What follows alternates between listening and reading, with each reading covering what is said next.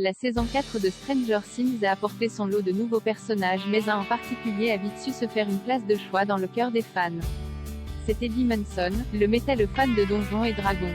Focus sur ce impossible de ne pas remarquer Eddie Munson dès ses premières scènes dans Stranger Things. Cette année est mon année. Je le sens, annonce Eddie dans le premier épisode de la saison 4. Il ne croyait pas si bien dire. On ne sait pas s'il arrivera à la fin de cette saison en un seul morceau, mais pour l'acteur, l'affirmation sonne juste. Il en faut du talent pour intégrer une série ultra populaire à la 4e saison et devenir un favori des fans presque instantanément. Cette saison de Stranger Things a établi des records sur Netflix, battant même Bridgerton. Et dans le rôle d'Eddie Munson, un garçon charismatique mais vulnérable, Joseph Quinn, a fait sensation. L'acteur n'a rejoint Instagram qu'en mai dernier et compte déjà plus de 1,6 million de followers. Un personnage détonnant son personnage, c'est le métalleux aux cheveux longs et bouffants qui dirige le Hellfire Club, le club de donjons et dragons du lycée de Hawkins, qui mène quelques activités annexes dans le trafic de drogue et qui joue dans un groupe appelé Corroded Coffin, cercueil corrodé, en français. Le verbe haut, l'attitude frondeuse, il est le parfait rebelle du lycée qui a redoublé ses classes presque par défiance mais qui se révèle immédiatement attachant.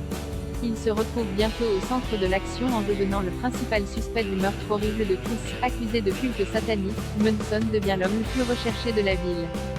Sous cette chevelure longue, l'acteur britannique de 29 ans ne défend pas forcément le look de son personnage. Objectivement, ma perruque est ridicule, dit-il dans une interview au quotidien britannique The Guardian. Succès instantané dès sa première scène, Joseph Quinn vole la vedette à ses partenaires de jeu, Gaten Matarazzo, Dustin et Finn Wolfhard, Mike. Il saute sur la table de la cafétéria de l'école, danse, tire la langue, fait un doigt d'honneur et jette de la nourriture au visage des élèves autour. Voilà comment faire une entrée remarquée.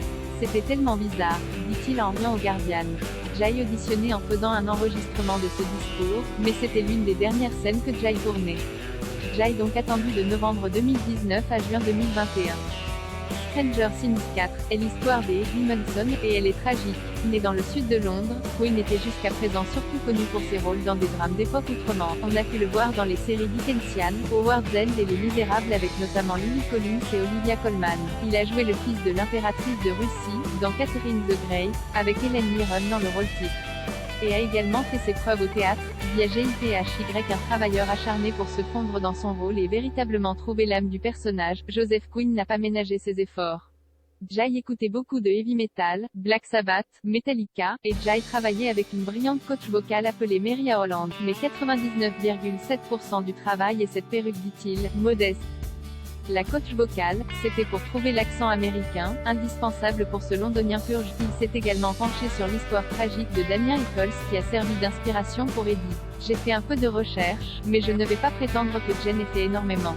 Jay essayait de me débattre avec Donjons et Dragons, mais Jay finit par accepter que je n'y n'arriverai pas. La musique a été ma principale voie d'accès. Et si Joseph Quinn prend son travail au sérieux, il ne se prend pas lui-même très au sérieux, difficile de se prendre au sérieux avec une perruque de 3 tonnes sur la tête. Anthony Hopkins, qui est un de mes héros, a été interrogé un jour sur la raison pour laquelle il a choisi le métier d'acteur pour gagner sa vie.